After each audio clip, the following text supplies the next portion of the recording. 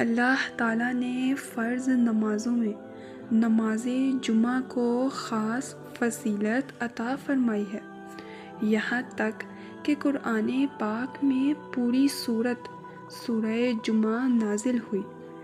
جمعہ کی فضیلت کو بیان فرماتے ہوئے مفتی احمد یار خان رحمۃ اللہ علیہ لکھتے ہیں، جمعہ کا دن تمام دنوں سے افضل ہے کہ اس میں ایک نیکی کا ثواب 70 گنا ہے۔ حضور صلی اللہ علیہ وآلہ وسلم نے نماز جمعہ کی فضیلت کو خوب بیان فرمایا ہے۔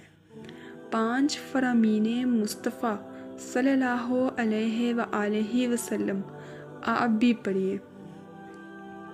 رسول اللہ صلی اللہ علیہ وآلہ وسلم نے فرمایا، جس نے اچھی طرح وضو کیا اور جمعہ کے لیے آیا اور خاموشی کے ساتھ خطبہ سنا، اس کے لیے ان گناہوں کی مغفرت ہو جائے گی جو اس جمعہ اور دوسرے جمعہ کے درمیان ہوئے ہیں، اور ان کے علاوہ مزید 3 دن کے گناہ بخش دیے جائیں گے۔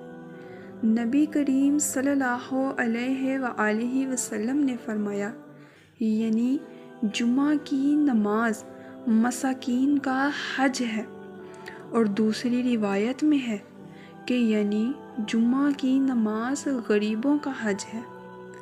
حضور صلی اللہ علیہ وآلہ وسلم نے فرمایا، جب جمعہ کا دن آتا ہے تو مسجد کے دروازے پر فرشتے آنے والے کو لکھتے ہیں، جو پہلے آئے اس کو پہلے لکھتے ہیں۔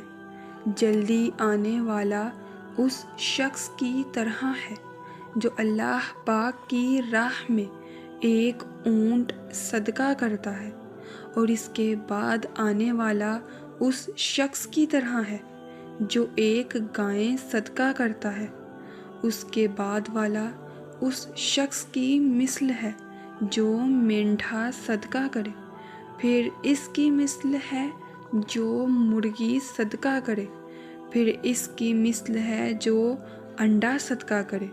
اور جب امام خطبے کے لیے بیٹھ جاتا ہے تو وہ فرشتے اعمال ناموں کو لپیٹ لیتے ہیں اور خطبہ سنتے ہیں۔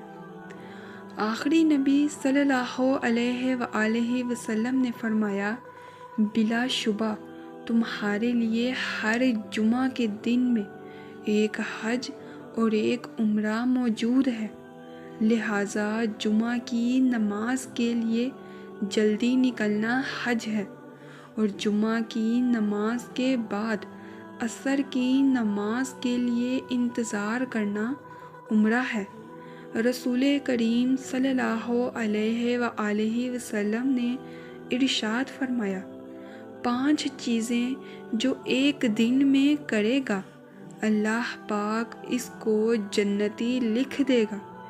جو مریض کو پوچھنے جائے، جنازے میں حاضر ہو، روزہ رکھے، جمعے کو جائے اور غلام آزاد کرے۔